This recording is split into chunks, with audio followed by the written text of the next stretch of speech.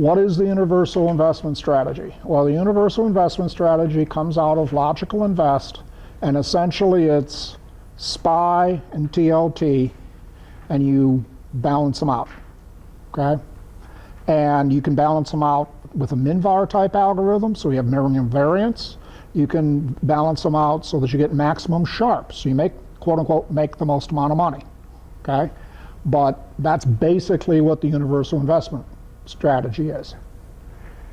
Now, back in January, they had only done backtests, they being Logical Invest and myself, had only done backtests back to 2002 because that's when TLT arrived. Well, you can take that all the way back to 88 by using mutual funds. In particular, you can use VFINX, which is the Vanguard S&P 500, and you can use VUSTX, which is Vanguard's 20-year bond fund, okay, i.e. an echo or a clone of TLT. Actually, TLT's a clone of VUSTX. So basically what I did, some of the highlights here, I looked at the MinVar approach. I looked at a leveraged 3x Max Sharpe approach. That's for when you want to set your hair on fire and so on. Okay, for those of you who want to, thump your chest and be men. Okay, so to speak. In some ways, VUSTX is a better instrument than TLT, and that you're going to see that because of what happened in 2008, 2009 financial crisis.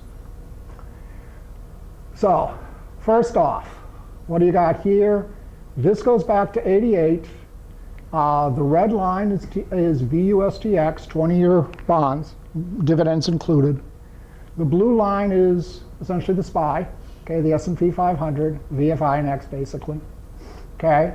And that line in between, that blue and green line, is basically on a monthly basis setting a MinVar portfolio, i.e.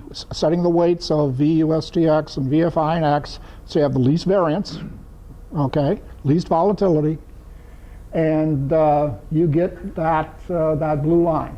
That blue line's around 10% CAGR. It's got a Sharpe of 134. It's got a max drawdown of around 13%. So these statistics are very close to what Logical Invest did from 2002 to 2013 when they ran their back test. But now you can include little things in here like the tech blow off of the Gulf War, of the 90s, et cetera, et cetera. Notice that there are all sorts of time periods here. Think about the 90s here, okay, where you're making money, okay, and it's 10% a year, and all your buddies are out there making 20% a year because they're 100% in the SPY. So one of the questions you got to ask yourself is, yes, this is a good algorithm, but would you have stuck with it? Okay. Okay. Same funds, only now I'm using Max Sharpe. Okay, so I'm finding the maximum, the weightings that give me the maximum Sharpe ratio every month. And the green line is maximum Sharpe, and that gets you around 34%. And it has a Sharpe of around 107, so it's not as good as it should be. And it does have, unfortunately, little drawdowns in the neighborhood of 40%. Okay? So again, we were earlier talking about if you're investing for your grandkids, two-year-old grandkids retirement account, he doesn't care about 40% drawdowns. This might not be a bad way to go. Okay. All right. Enough said on that. I must be missing something, but I don't see the 40% drawdown. The 40%, yeah, part of it is because it's a semi-log scale. Oh. Okay. You had a nasty drawdown back here in this time period. You had a nasty drawdown right there. You also had a nasty drawdown here. One of the things that's interesting, okay, is some of your worst drawdowns is when TLT spikes up. Think about 2008, 2009. Okay, SPY's going to hell. TLT is doing real well. So this algorithm lets you crawl 100% into TLT, and in fact 100% to 3x the TLT. Okay? TLT is very peaky, right? It's sort of, it looks more like a bottom than a top, meaning that most tops are rounded. Okay? TLT peaks and then drops very quickly. That's where you get some of your biggest drawdowns. Your biggest drawdowns are not necessarily where you think they are. You got a big drawdown during that time period because you made so much money off of TLT, and then it went straight, then it went back to normal. Okay. I think you'll see a little bit of that later. Okay. All right. So now, one thing to be clear here, I didn't necessarily include all the, obviously I had to fake the 3x version of this to some degree because 3x funds didn't exist in '88 and so on. So they're not, I didn't include all the side effects of the 3x fund in this. So these are 3x versions of things? These are 3x, yeah. So on the 1x, this 1x, this is just straightforward. This is right off the mutual funds, nice and simple, nice and easy. Turns out after I did all this, Logical Invest also did a back test, but for whatever reason they didn't carry it back as far as I did, and I don't know why. Okay, so all right. Well, as a matter of fact, here is the here's the issue I was talking about a moment ago. So the blue line here, what you're seeing in that blue line, that is TLT. So this is 2002 to let's call it January, okay? The red line is VUSTX, okay? This is all with dividends included, okay? So you can see in general, obviously there's, you made money on both of them. Obviously, most of the time they're both very close, is what you'd expect. Now this green line here that you're seeing, that's essentially TLT divided by VUSTX, okay? So that's just the ratio of the two. So that green line kind of gives you an idea of how stable that ratio is. And for the most part, it's stable. If you forget about this point here, just take a look at the overall flow. It varies between 1 and 1.05, okay? So it's not horrendously stable, but it's, comes close. Except when you got into the 2008, 2009 crisis, so many people were pouring into TLT as opposed to VUSTX that sucker got 14% more valuable than VUSTX. People just ran to TLT. They didn't run so much to VUSTX, probably because Vanguard has mutual fund police and so on. Okay. Yes, yes, sir. The VUSTX is always going to trade at net asset value. Mm-hmm. The ETFs are not constrained to trading at net asset value. So in something like this, it could go 10% over net asset value. Yeah. Yeah. So that would be one way to protect your butt, is to check this and see, because you can see this every day. What is net asset value versus the market price? If that widens up too much, you might want to think about using one. Back or Yeah. heading out. Good point. Good point.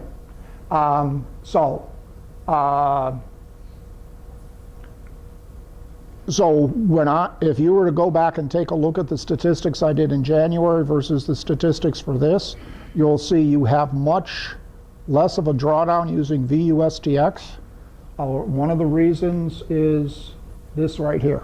You got an extra 14% drawdown just because you were coming off this peak of TLT.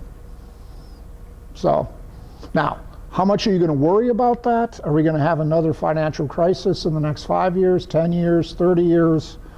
You can figure out for yourself, is this a one-off that you don't have to worry about, or is this something that you should factor into your thinking?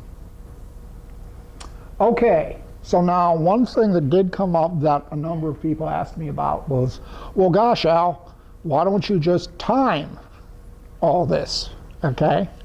as opposed to doing a mix, a weighted mix of the two? Well, first off, it's kind of goes against the basic idea of what we were trying to do. But if you went ahead and what you've got here is the simulated 3x SPY, and this is what happens if you try to time the simulated 3x SPY. It's better, but it's nothing to write home about. Now, one of the things you can do is, okay, well, instead of going flat, you can see I just went to 0% cash several times. Instead of doing that, go into the 3x TLT, okay? That's the green line, okay? So you can really impress the hell out of yourself, okay, about, oh boy, I made 8,000% gains or whatever, okay? But it's highly dependent on the fact that you caught the timing correctly, okay? One of the things that the universal investment strategy is set up to do is to provide you an automatic hedge so that regardless of what's happening in the market, if somebody decides to fly a airplane into the, some buildings in New York again, or, small nuke goes off someplace or something like that, you're protected automatically. Timing doesn't do that for you, okay? Because it's based typically on what's happening with the economy, what's happening with the market. You're either 100% exposed to the market or you're 100% out, okay? So, okay, but that's what happens if you do it. All right. So far I have been talking about all these wonderful variations and math and Max Sharpe and MinVar and closed form expression. Oh, lots of good stuff. Well, geez. There's this blog that actually Mike pointed out to me by a guy named Gruender. He's off on Seeking Alpha. I give you the link. And he talks about how in 1963, Ben Graham was giving a speech, and he basically said, depending on how the market is, maybe you should be 75% invested in the market if things are going well. Things not going so well, maybe you should be 25%, okay? So this is Ben Graham in 63. One could argue this is probably something he also came up with in the 20s and the 30s, okay? So what did Varon do? He basically said, okay, I'm going to have two baskets. I'm going to have the SPY basket and I'm going to have the TLT basket. And what he did in his research was he said, every 3 months, I'm going to take a look, and I'm going to look back 3 months, and whoever had the most gain, SPY versus TLT, gets 75%. The winner gets 75%. The loser gets 25%. And that's it. No complex math, no MinVar, Max Sharpe, blah, blah, blah. No. It's all inside. No. All he does is he looks back 3 months and he picked 75, if the winner gets 75% and the loser gets 25%. No, that's the top line, but the bottom line is that when you create a mutual fund, then you change the variation of your portfolio part compared to loose stock, of course. So it's there is some math inside. Yeah. Well, what his point is that he went out to do this to avoid Max Sharpe, MinVar, all these fancy algorithms, because he's basically saying you don't need them. Okay, you can do something. I'm going to call it a minute at Yahoo to figure out the 3 month gain, and then set up your portfolio and go off and live your life. Okay, for the next 3 months. That's his claim, and unfortunately, it seems to work. So after much work and all sorts of things, and paying Logical Invest and talking to them and all sorts of things, well, geez, maybe Ben Graham actually did have something. In any case, so here's he did some tests, and he used VTI versus TLT. VTI is total market, and he got 12.7 CAGR and 1.1 Sharpe ratio. Then he used IJJ and TLT, IJJ's mid-cap value, and he got 12.8 versus 1.0 Sharpe ratio. Then he used IJS, TLT for small cap, and he got 13.1 and a 1.0 ratio. I mean, basically, he ran it with a number of very simple ETFs, got some very good numbers, okay? So of course I went, it can't be that simple.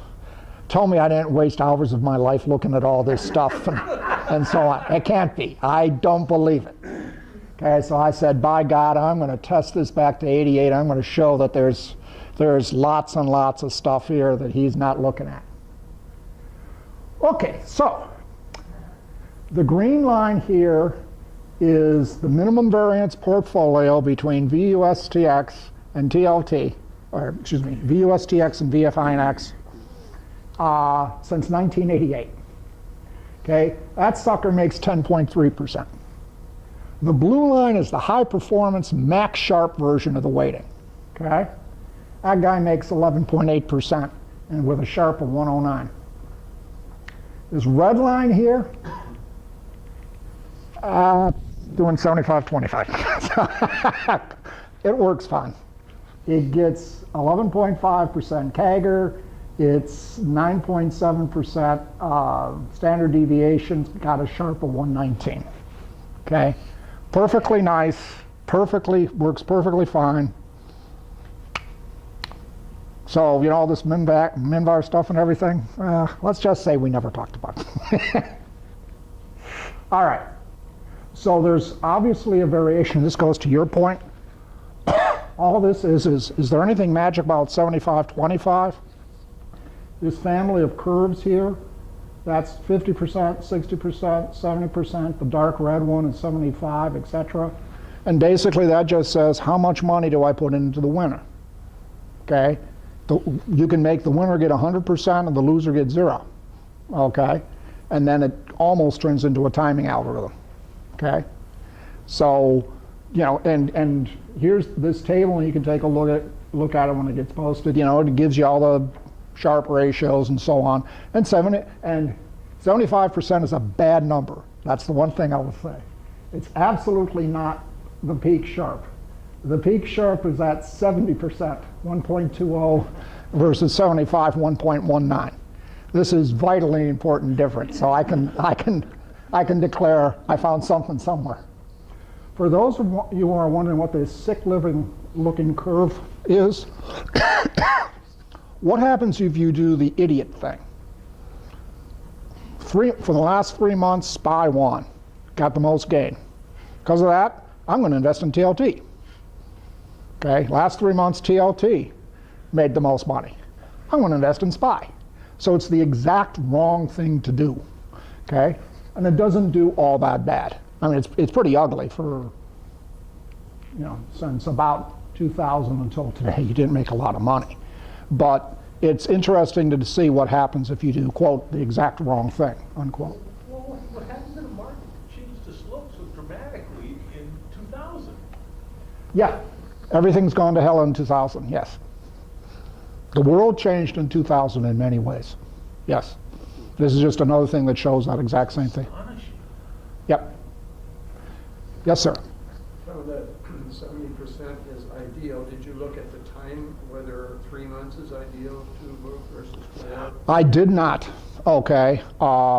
You can run. Would it be interesting to see if Yeah, you could run a whole sensitivity analysis there, going from roughly the smallest I've seen is 40, and I've seen people go up to 100. Okay, and it's just another parameter to tune. It seems like a lot of people have locked on to somewhere in the 3-month area. Okay. it seems the more we do that, though, in effect, we're curve fitting for this period of time. Yeah, it's possible. All right, so another variation that Veron had, okay, was, okay, and this is sort of what I was suggesting a moment ago for CC's algorithm. Instead of just saying SPY TLT, have a runoff for what should be in SPY. Now what he suggests is he's got some Vanguard value and Vanguard growth ETFs where you can break up the world into large cap growth, large cap value, mid cap growth, mid cap value, small cap growth, small cap value. And which one of those won in the last 3 months, and use it as opposed to SPY. Okay, you'll typically boost your returns and make a few more bucks. Okay, and he comes up with, you know, some weightings for the top three, like 35, 25, 15. They add up to 75. In his blog, if you read it, he'll go, "Yeah, these are reasonable numbers. No, I didn't optimize them. You know, you could probably change them a little." I mean, he's very loosey-goosey on it. Okay, but the key thing he's trying to get across is, well, geez, you know, you don't have to use SPY, and if you use something else, you can probably goose the performance a little more. And in fact, he did. This is his simulation, okay, where he gooses performance to some degree. So that's a variation on the UIS that I think makes a lot of sense. It's akin to what I was talking about doing for CC, where you go underneath the SPY and say, well, is there somewhere where I can either grab the sectors or grab these segments and figure out who, you know, get a winner, something that's better than just using SPY itself. Okay, so now I'm gonna, since we've got about 2 minutes left, I'm gonna fly through this just so people know what they are. So what happens if you use the universal index, the universal investment strategy on stuff that ain't SPY? One of the classic things you're supposed to do in this world is you're supposed to do, okay, if it works on this, will it work on asset classes that are similar or even different? Okay. NAESX is a small cap index. It's basically the Russell 2000. Okay. If you use the blue line is the Russell, the red line is VUSTX. MinVar, geez, you get about 9.9%. Excuse me, you get about 10%. It's the same as using the SPY. Very little difference. If you go to Max Sharpe, it's kind of ugly. Okay. Again, the blue line is small caps. You can kind of see that Max Sharpe wasn't doing all that well until around 2009, and then it kind of began to catch up. So, not wildly great on NA on small caps. Here's the one I hate. The blue line is Max Sharpe, the green line is MinVar, and the red line is 75.25. Okay, so geez, 75.25 seems to have really kicked butt and taken names in this particular case. All right, the cubes. This ought to be fun. Okay, here's MinVar. This is the cubes here. I use the old RIDEX fund because it's got all the history. Again, for the most part, MinVars are turning out around 10%. It doesn't matter what you throw at MinVar during this time period. It adjusts and basically comes up with about 10%. Okay, now what happens if you use Max Sharpe? Okay, that's basically the green line. So this one is kind of a mix, right? And to some degree, you certainly didn't make as much money at the peak. On the other hand, you didn't lose as much money, and then around 2009, you started to make money. But you did have, let's call it an 8-year flat period for all practical purposes, okay? So the algorithm sort of worked, but didn't work. On the other hand, you are dealing with an ETF that lost 80% of its value. Okay, so that's a pretty extreme case. All right.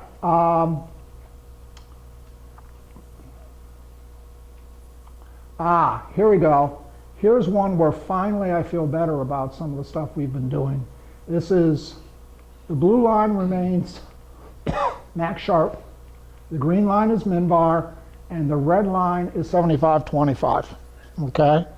So finally I found some place where the 75.25 didn't do too well during this time period. Okay, had a significant drawdown.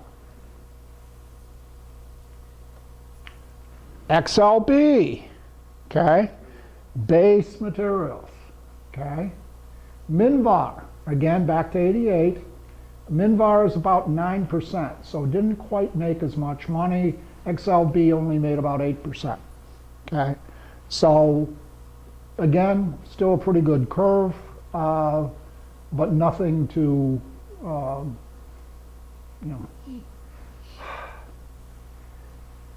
certainly other ETFs you did better.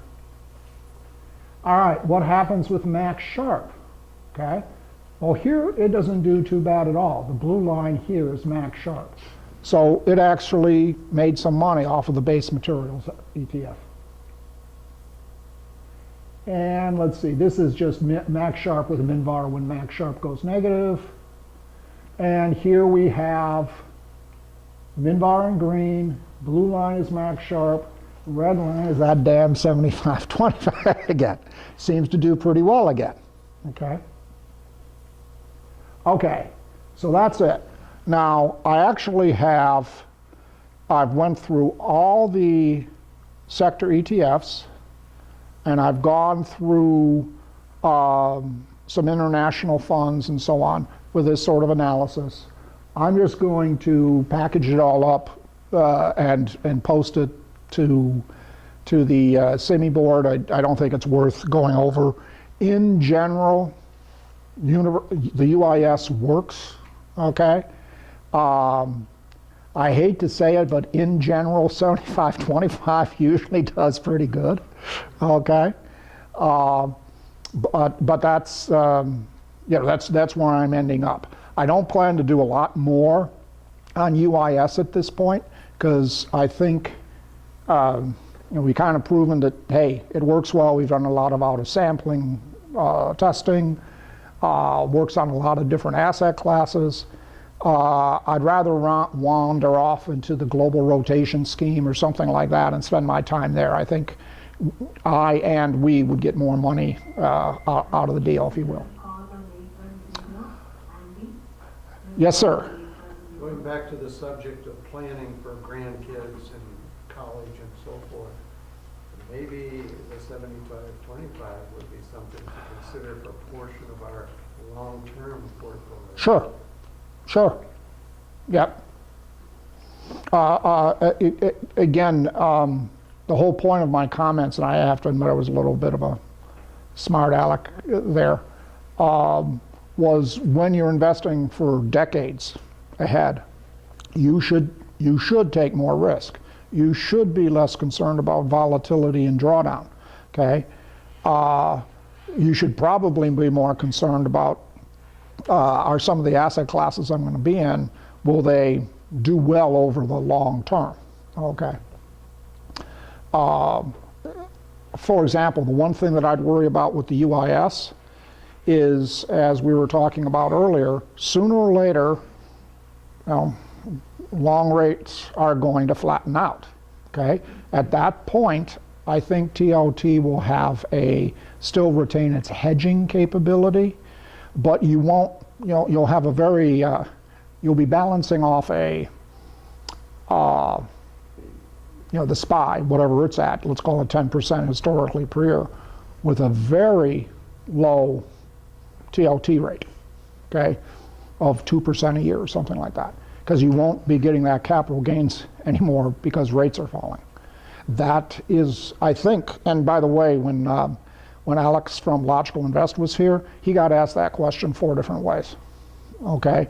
And based on a private meeting I had with him, I don't think he has any special magic. Yes, he knows it's an issue, but, we'll fix it when we get to it. Okay, other questions? If not, thanks much for showing up. I appreciate it much. And remember, our next meeting, May, Holders Country Inn.